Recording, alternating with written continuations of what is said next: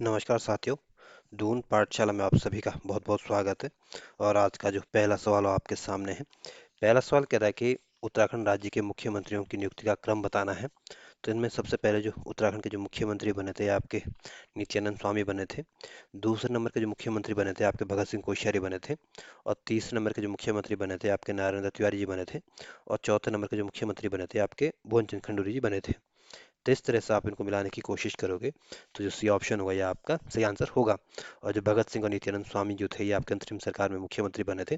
और जो पहले निर्वाचित मुख्यमंत्री बने थे ये आपके नारायण तिवारी जी बने थे। अगला क्वेश्चन है। अगला क्वेश्चन कह रहा है कि उत्तराखंड विधानसभा में एससी और एसटी के लिए कितनी सीटें आरक्षित है। तो उत्तराखंड विधानसभा में 13 सीटें तो आपके एससी के लिए आरक्षित है। और 2 सीटें आपके एसटी के लिए आरक्षित है। यानी उत्तराखंड में कुल 17 विधानसभा सीटें जिनमें आपकी 15 सीटें आरक्षित है या रिजर्व है। इस वजह से ये ऑप्शन आपका सही आंसर है। अगला क्वेश्चन है। अगला क्वेश्चन कह रहा है कि उत्तराखंड राज्य में अंतरिम सरकार के विपक्ष का नेता कौन था। तो उत्तराखंड सरकार में जो अंतरिम सरकार में जो विपक्ष का नेता किसी को भी नहीं बनाया गया था। हुआ ये कि जो जिस समय हमारा राज्य बना था तो हमारे राज्य का जो गठन हुआ था ये आपके 30 विधायकों से मिलकर बनी थी। और या यूं बोले कि जो अंतरिम सरकार बनी थी आपके 30 विधायकों से मिलकर अंतरिम सरकार का गठन किया गया था। और इसमें आपके 23 विधायक जो थे आपके बीजेपी के थे। 3 विधायक आपके सपा के थे। और दो दो विधायक आपके कांग्रेस और बसपा के थे। वरना सपा पार्टी के पास दूसरे नंबर की सबसे बड़ी पार्टी थी। और इस क्योंकि उनके पास 3 विधायक थे। और इसमें जो तीसरे नंबर के जो विधायक थे मुन्ना सिंह चौहान इन्होंने सपा की पार्टी से त्याग पत्र दे दिया। इस वजह से सपा के पास भी विधायकों की संख्या 2 रह गई थी। इस वजह से कांग्रेस के पास भी 2 रह गई। कांग्रेस के पास भी 2 थी। बसपा के पास भी 2 थी। और सपा के पास भी 2 रह गई। और विपक्ष दल का नेता जो दूसरे नंबर की सबसे बड़ी पार्टी होती है उनको दिया जाता है। और दूसरे नंबर की पार्टी कोई बची नहीं क्योंकि सबके पास बराबर सीटें हुई। इसी वजह से अंतरिम सरकार में विपक्ष का नेता किसी को भी नहीं बनाया गया था। इस वजह से जो डी ऑप्शन होगा यह आपका सही आंसर होगा। और जो रमेश पोखरियाल थे उत्तराखंड के पहले स्वास्थ्य मंत्री थे। और उत्तराखंड के 5वें नंबर के मुख्यमंत्री बने थे। यशपाल आर्य जो थे उत्तराखंड के पहले निर्वाचित सरकार के उत्तराखंड पहले निर्वाचित विधानसभा के अध्यक्ष थे। और नारायण तिवारी उत्तराखंड के 30 नंबर के मुख्यमंत्री थे और पहले निर्वाचित मुख्यमंत्री थे। तो जो डी ऑप्शन होगा यह आपका सही आंसर होगा। अगला क्वेश्चन है। अगला ऑप्शन आपको उत्तराखंड राज्य का जो वृक्ष है बुरांश उसके संदर्भ में पूछा गया है और आपको बताना कि इसमें कौन कौन से ऑप्शन सही है। पहला ऑप्शन कह रहा है कि यह एक सदाबहार वृक्ष है। तो ये ऑप्शन बिल्कुल ठीक है। जो बुरांश है ये उत्तराखंड का राज्य की वृक्ष है। और ये आपका सदाबहार वृक्ष है। ये अपनी पत्तियां कभी नहीं गिराता है। बी ऑप्शन कह रहा है दूसरा कथन कह रहा है कि वृक्ष की ऊंचाई 20 से 25 फीट तक होती है। तो दूसरा ऑप्शन भी दूसरा कथन भी ठीक है। जो बुरांश वृक्ष की जो ऊंचाई होती है आपके 20 से 25 फीट के आसपास होती है। तीसरा कथन कह रहा है कि यह एक कठोर लकड़ी का वृक्ष है। तो तीसरा कथन गलत है। जो बुरांस का जो लकड़ी होती है बड़ी मुलायम होती है। इस वजह से तीसरा कथन गलत है। चौथा कथन कह रहा है यह पर्वतीय और मैदानी क्षेत्र दोनों के समान रूप से उगता है। चौथा कथन भी गलत है। जो बुरांस है ये आपका पर्वतीय वृक्ष है ये आपके मैदानी क्षेत्रों में देखने को नहीं मिलता है। और इसकी जो पत्तियां होती है जहरीली होती है। कई बार जानवरों को खिलाने से जानवरों को नशा हो जाता है। कई बार डेथ तक हो जाती है। तो इसमें आपको बताना कौन कौन से कथन ठीक है। तो पहला और दूसरा कथन ठीक है। इस वजह से जो ये ऑप्शन होगा ये आपका सही आंसर होगा। अगला क्वेश्चन है। अगला क्वेश्चन कह रहा है कि उत्तराखंड का मुख्यमंत्री संविधान की किस अनुसूची के तहत पद एवं गोपनीयता की शपथ लेता है। तो उत्तराखंड का मुख्यमंत्री या किसी राज्य का मुख्यमंत्री हो या आपके संविधान की जो तीसरी अनुसूची है इसके तहत आपकी शपथ लेता है। या यूं बोले कि मुख्यमंत्री की शपथ की जानकारी संविधान की तीसरी अनुसूची में मिलती है। इस वजह से जो सी ऑप्शन होगा यह आपका सही आंसर होगा। और संविधान की जो दूसरी अनुसूची है इसमें आपके वेतन भत्तों के बारे में जानकारी मिलती है। जो संविधान की जो चौथी अनुसूची है इसमें आपके राज्यसभा में सीटों के बंटवारे से संबंधित है। और जो संविधान की जो छठी अनुसूची है इसमें आपके असम मेघालय त्रिपुरा मिजोरम जनजाति के क्षेत्र के प्रशासन को कंट्रोल करने से संबंधित है। अगला क्वेश्चन है। अगला क्वेश्चन कह रहा है कि किस सन में ब्रिटिश गढ़वाल का मुख्यालय श्रीनगर से हटाकर पौड़ी लाया गया और पौड़ी गढ़वाल नामक नए जिले का गठन किया गया था। तो 1840 में आपके ब्रिटिश गढ़वाल का मुख्यालय आपके श्रीनगर से पौड़ी लाया गया था। और 1840 में ही पौड़ी गढ़वाल को एक आपका डिस्ट्रिक्ट बनाया गया था। इस वजह से जो बी ऑप्शन होगा यह आपका सही आंसर होगा। अगला क्वेश्चन है। अगला क्वेश्चन कह रहा है कि उत्तराखंड राज्य की कार्यपालिका का वास्तविक प्रधान कौन है। तो उत्तराखंड की राज्य की जो कार्यपालिका का जो वास्तविक प्रधान होता है ये आपका मुख्यमंत्री होता है। और राज्यपाल आपकी कार्यपालिका का नाम मात्र का प्रधान होता है। इस वजह से जो डी ऑप्शन होगा यह आपका सही आंसर होगा। अगला क्वेश्चन है। इसमें दो सूचियां दी गई है और आपको उनको सही सुमेलित करना है। एक तरफ पद है, दूसरी तरफ अनुच्छेद है। जो मुख्यमंत्री की नियुक्ति का उल्लेख आपके संविधान के अनुच्छेद 164 में किया गया है। महाधिवक्ता की नियुक्ति का प्रावधान आपके संविधान के अनुच्छेद 165 में दिया गया है। और राज्यपाल की नियुक्ति का प्रावधान आपके संविधान के अनुच्छेद 155 में दिया गया है। और उच्च न्यायालय का प्रावधान आपके संविधान के अनुच्छेद 214 में दिया गया है। तो इस तरह से आप इनको अगर मिलाने की कोशिश करोगे तो जो ये ऑप्शन होगा ये आपका सही आंसर होगा। अगला क्वेश्चन है। अगला क्वेश्चन कह रहा है कि उत्तराखंड राज्य में लोकसभा और राज्यसभा की सीटें कितनी हैं। तो उत्तराखंड में आपके लोकसभा की 5 सीटें हैं और राज्यसभा की आपकी 3 सीटें हैं। इस वजह से जो सी ऑप्शन होगा यह आपका सही आंसर होगा। अगला क्वेश्चन है। अगला क्वेश्चन कह रहा है कि उत्तराखंड राज्य का उच्च न्यायालय किस जिले में स्थित है। तो उत्तराखंड का हाई कोर्ट जो है ये आपके नैनीताल जनपद में स्थित है। इस वजह से जो बी ऑप्शन होगा यह आपका सही आंसर होगा। और नैनीताल को आपके 1891 में डिस्ट्रिक्ट बनाया गया था। पौड़ी गढ़वाल को आपका 1840 में डिस्ट्रिक्ट बनाया गया था। चमोली का आपको 1960 में डिस्ट्रिक्ट बनाया गया था। और हरिद्वार को आपके 1988 में डिस्ट्रिक्ट बनाया गया था। अगला क्वेश्चन है। अगला क्वेश्चन कह रहा है कि उत्तराखंड विधानसभा के सदस्यों के संदर्भ में पूछा गया और आपको बताना है कि इसमें कौन कौन से कथन सही है। पहला कथन कह रहा है कि इनकी योग्यता से संबंधित विचार संविधान के अनुच्छेद 213 में दिया गया है।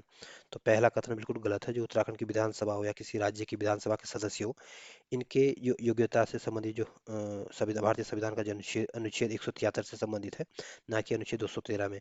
संविधान के जो अनुच्छेद जो 213 है, ये आपके राज्यपाल को अध्यादेश जारी करने की शक्ति देती है। और किसी राज्य की विधानसभा के सदस्यों की योग्यता से संबंधित जो अनुच्छेद है आपके 173 है। इस वजह से ये ऑप्शन पहला कथन गलत है।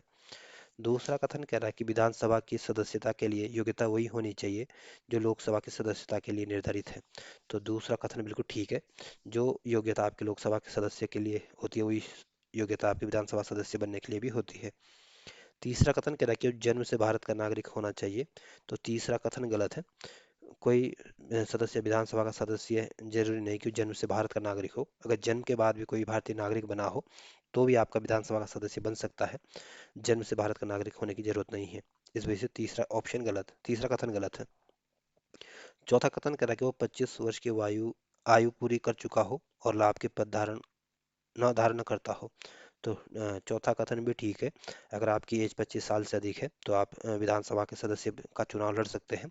और अगर आप लाभ के पद पर ना हो तो इसमें आपको बताना कौन कौन से कथन ठीक है। तो इसमें पहला कथन गलत है, दूसरा कथन सही है, तीसरा कथन गलत है, चौथा कथन सही है। तो इस वजह से जो बी ऑप्शन होगा यह आपका सही आंसर होगा। अगला क्वेश्चन है। अगला क्वेश्चन करेगा वर्तमान समय में उत्तराखंड में कितने मंडल और जिले हैं। तो उत्तराखंड में वर्तमान में 2 तो मंडल है और 13 जनपद है। इस वजह से जो सी ऑप्शन होगा यह आपका सही आंसर होगा। अगला क्वेश्चन है। अगला क्वेश्चन कह रहा है कि निम्नलिखित में से कौन सा अधिकारी राज्यपाल के प्रसाद पर्यंत पद धारण करता है। तो उत्तराखंड का जो महाधिवक्ता या किसी राज्य का जो महाधिवक्ता होता है ये आपके राज्यपाल के प्रसाद पर्यंत पद धारण करता है। इस वजह से जो डी ऑप्शन होगा यह आपका सही आंसर होगा। और जो मुख्यमंत्री को जो शपथ दिलाता है ये भी आपके राज्यपाल के द्वारा दिलाई जाती है। और हाई कोर्ट के न्यायाधीश को शपथ भी आपके राज्यपाल के द्वारा ही दिलाई जाती है। तो जो डी ऑप्शन होगा यह आपका सही आंसर होगा। अगला क्वेश्चन है। अगला क्वेश्चन करा कि बुरांस वृक्ष के फूलों का रस किस रोग के निवारण के लिए अत्यंत लाभकारी है। तो जो बुरांस वृक्ष के जो फूलों का जो रस होता है ये आपके जो हृदय रोग के निवारण के लिए अत्यंत लाभकारी है। इस वजह से जो डी ऑप्शन होगा यह आपका सही आंसर होगा। अगला क्वेश्चन है। अगला क्वेश्चन इसमें दो सूचियां दी गई, एक तरफ जिला दिया गया, दूसरी तरफ इसके गठन का वर्ष दिया गया और आपको इनको सही सुमेलित करना है। तो हरिद्वार को आपके 1988 में डिस्ट्रिक्ट बनाया गया था। और उधम सिंह नगर को आपके 1995 में डिस्ट्रिक्ट बनाया गया था। चंपावत को आपके 16 सितंबर 1997 को डिस्ट्रिक्ट बनाया गया था। और रुद्रप्रयाग को आपके 15 सितंबर 1997 को डिस्ट्रिक्ट बनाया गया था। तो इस तरह से इनको आप मिलाने की कोशिश करोगे तो जो ये ऑप्शन होगा ये आपका सही आंसर होगा। अगला क्वेश्चन है। अगला क्वेश्चन आपको उत्तराखंड राज्य के संदर्भ में पूछा गया और आपको बताना है इसमें कि कौन कौन से कथन सही है। पहला कथन कह रहा है कि राज्य में राजस्व पुलिस व्यवस्था 1874 में ही लागू है। तो पहला कथन बिल्कुल ठीक है। जो उत्तराखंड में जो राजस्व पुलिस व्यवस्था की जो शुरुआत की गई थी आपके 1874 में शुरू की गई थी। दूसरा कथन कह रहा है कि वर्तमान में यह 58% भूभाग पर लागू है। तो दूसरा कथन गलत है। जो उत्तराखंड में जो राजस्व पुलिस व्यवस्था है ये आपके 61% पर लागू है, ना कि आपके 58% भूभाग पर। इस वजह से दूसरा कथन गलत है। तीसरा कथन कह रहा है कि परगनाधिकारी और जिलाधिकारी राजस्व पुलिस व्यवस्था के अंतर्गत नहीं आते हैं। तो तीसरा कथन भी गलत है। जो परगना अधिकारी और जिलाधिकारी होते हैं ये आपके राज्य से पुलिस व्यवस्था के अंतर्गत आते हैं। चौथा कथन कह रहा है कि अपराधों की जांच करना, मुकदमा दर्ज करना जैसे कार्य भी राज्य से पुलिस को करना पड़ता है। तो चौथा कथन ठीक है।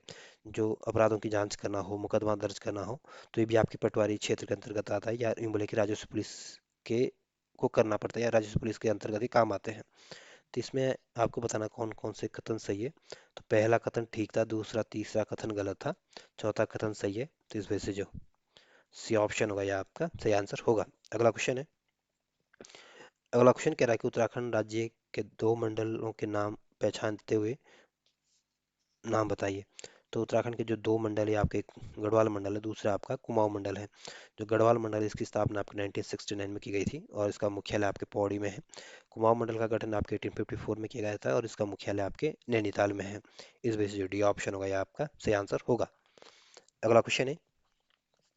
अगला क्वेश्चन आपको उत्तराखंड राज्य के माध्यवक्ता के संदर्भ में पूछा गया और आपको बताना कि इसमें कौन कौन से कथन सही है। पहला कथन कह रहा है कि संविधान के अनुच्छेद 165 के तहत राज्यपाल की नियुक्ति करता है। तो पहला कथन बिल्कुल ठीक है। जो भारतीय संविधान का जो अनुच्छेद 165 है, इस अनुच्छेद के माध्यम से आपके राज्यपाल की नियुक्ति माध्यवक्ता की नियुक्ति आपकी राज्यपाल करता है। दूसरा कथन कह रहा है कि राज्यपाल के प्रसाद पर्यंत पद धारण करता है। तो दूसरा कथन भी ठीक है। जो माध्य उत्तराखंड का जो माध्यवक्ता हुआ, किसी राज्य का माध्यवक्ता होता है, या आपके राज्यपाल के प्रसाद पर्यंत पद धारण करता है। तीसरा कथन कह रहा है कि नियुक्त होने के लिए आवश्यक है कि वो भारत का नागरिक हो। तो तीसरा कथन भी बिल्कुल ठीक है। अगर आपको भारत का माध्यवक्ता बनना है या किसी राज्य का माध्यवक्ता बनना है तो आपको भारत का नागरिक होना जरूरी है। चौथा कथन कह रहा है कि वो सदन में मतदान नहीं कर सकता है। चौथा कथन भी ठीक है। जो माध्यवक्ता होता है ये आपके सदन में भाग तो ले सकता है लेकिन मतदान नहीं कर सकता है। तो चौथा कथन भी ठीक है। तो इसमें सारे ही कथन ठीक है। तो इस वजह से जो सी ऑप्शन होगा यह आपका सही आंसर होगा। अगला क्वेश्चन है। अगला ऑप्शन कह रहा है कि उत्तराखंड राज्य की ग्रीष्मकालीन राजधानी किस जिले में स्थित है। तो उत्तराखंड की जो ग्रीष्मकालीन राजधानी है आपकी चमोली जनपद में स्थित है। इस वजह से जो डी ऑप्शन होगा यह आपका सही आंसर होगा। अगला क्वेश्चन है। अगला क्वेश्चन कह रहा है कि उत्तराखंड राज्य के राजकीय चिन्ह में गंगा की कितनी लहरों को उकेरा गया है। तो उत्तराखंड का जो राज्य चिन्ह है इसमें गंगा की 4 लहरें उकेरी गई है। इस वजह से जो बी ऑप्शन होगा यह आपका सही आंसर होगा। अगला क्वेश्चन है। अगला क्वेश्चन कह रहा है कि निम्नलिखित में से अनुसूचित जाति के लिए आरक्षित लोकसभा की सीट कौन सी है। तो उत्तराखंड में लोकसभा की 5 सीटें हैं और इन 5 सीटों में से एक सीट आपके एससी के लिए आरक्षित है और जो अल्मोड़ा वाली सीट है ये आपके एससी के लिए आरक्षित है।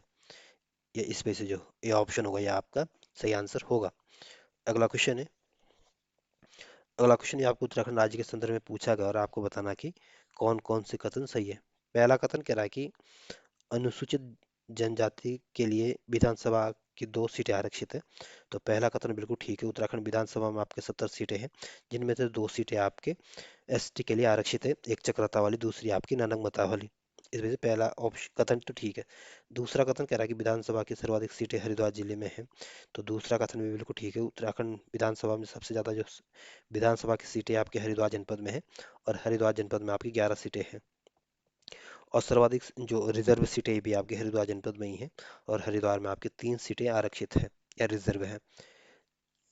तीसरा कथन कह रहा है कि अनुसूचित जाति के लिए लोकसभा की 2 सीटें आरक्षित है। तो तीसरा कथन गलत है। अनुसूचित जाति के लिए लोकसभा की एक सीट आरक्षित है, अल्मोड़ा वाली। चौथा कथन कह रहा है कि मतदाताओं की संख्या की दृष्टि से सबसे छोटा लोकसभा सीट पौड़ी है।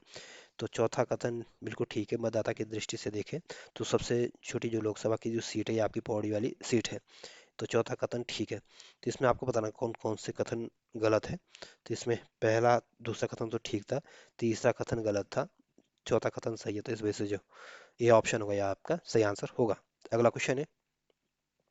इसमें भी 2 सूचियां दी गई और आपको इनको सही सम्मिलित करना है। तो एससी के लिए जो आरक्षित विधानसभा की सीटें हैं आपकी 13 सीटें आपके एससी के लिए रिजर्व है और राज्यसभा में उत्तराखंड में सीटों की संख्या आपकी 3 है। संभागों की संख्या यानी मंडलों की संख्या उत्तराखंड में 2 है और लोकसभा की सीटों की संख्या उत्तराखंड में 5 है। तो इस तरह से आप इनको अगर सजाने की कोशिश करोगे तो जो सी ऑप्शन होगा यह आपका सही आंसर होगा। अगला क्वेश्चन है। अगला क्वेश्चन कह रहा है कि उत्तराखंड का कौन सा जिला अंतर्राष्ट्रीय सीमा को टच नहीं करता है। तो उत्तराखंड का जो रुद्रप्रयाग जनपद है, ये किसी देश के साथ, किसी राज्य के साथ अपनी सीमा साझा नहीं करता है। रुद्रप्रयाग आपका आंतरिक जनपद है, इस वजह से जो डी ऑप्शन होगा ये आपका सही आंसर होगा। और जो पिथौरागढ़ जनपद है ये आपके चाइना के साथ और नेपाल के साथ अपनी सीमा साझा करता है। और जो उत्तरकाशी जनपद है ये भी आपके चाइना के साथ सीमा साझा करता है और हिमाचल प्रदेश के साथ अपनी सीमा साझा करता है। जो चंपावत जनपद है ये आपके नेपाल के साथ अपनी सीमा साझा करता है। इस वजह से जो डी ऑप्शन होगा ये आपका सही आंसर होगा। अगला क्वेश्चन है, अगला क्वेश्चन कह रहा है कि उत्तराखंड राज्य में वन पंचायत का गठन की शुरुआत हुई थी। तो उत्तराखंड में जो वन पंचायत का गठन की जो शुरुआत हुई थी आपके 1931 में हुई थी। इस वजह से जो बी ऑप्शन होगा ये आपका सही आंसर होगा। 1954 में आपके पंचशील समझौता हुआ था, और ये पंचशील जो समझौता हुआ था ये आपके चाइना और भारत के बीच हुआ था। और 1943 में आपके बंगाल बंगाल में अकाल पड़ा था। और इस बंगाल में जो अकाल पड़ा था 1943 में आपके, इसमें 30 लाख से अधिक लोगों की मौत हुई थी। और 1923 में आपके स्वराज्य पार्टी का गठन किया गया था, जिसमें जो बी ऑप्शन होगा यह आपका सही आंसर होगा। अगला क्वेश्चन है, अगला क्वेश्चन कह रहा है कि उत्तराखंड राज्य के उच्च न्यायालय के प्रथम मुख्य न्यायाधीश कौन थे। तो उत्तराखंड हाई कोर्ट के जो पहले मुख्य न्यायाधीश थे आपके अशोक अवेंद्र देसाई थे। इस वजह से जो ए ऑप्शन होगा यह आपका सही आंसर होगा। और जो एल पी नथानी थे उत्तराखंड के पहले महाधिवक्ता थे। और जो हरवंश कपूर थे उत्तराखंड के आपके विधानसभा के अध्यक्ष रहे थे। और हिंदू कुमार पांडे जो थे आपके वित्त आयोग के अध्यक्ष रहे थे। इसमें जो ये ऑप्शन होगा ये आपका सही आंसर होगा। अगला क्वेश्चन है, अगला क्वेश्चन आपके कथन और कारण वाला है। कथन कह रहा है कि उत्तराखंड राज्य का वृक्ष बुरांश मुलायम लकड़ी का वृक्ष है। तो कथन बिल्कुल ठीक है, जो उत्तराखंड का जो राज्य वृक्ष है आपका बुरांश है। और बुरांश की जो लकड़ी होती है बड़ी मुलायम होती है। और इसकी जो पत्तियां होती है थोड़ी मोटी और थोड़ी चौड़ी होती है। और इसकी जो पत्तियां होती है जहरीली होती है। कारण कह रहा है कि विशुद्ध रूप से पर्वतीय वृक्ष है। तो कारण बिल्कुल ठीक है, जो बुरांश है ये आपका एक सदाबहार वृक्ष है। और ये आपके सिर्फ पर्वतीय क्षेत्र में देखने को मिलेगा, आपके मैदानी क्षेत्र में देखने को नहीं मिलेगा। तो इसमें कथन भी ठीक है, कारण भी ठीक है, लेकिन इसकी एक दूसरे की व्याख्या नहीं कर पा रहा है। तो इस वजह से जो ये ऑप्शन होगा ये आपका सही आंसर होगा।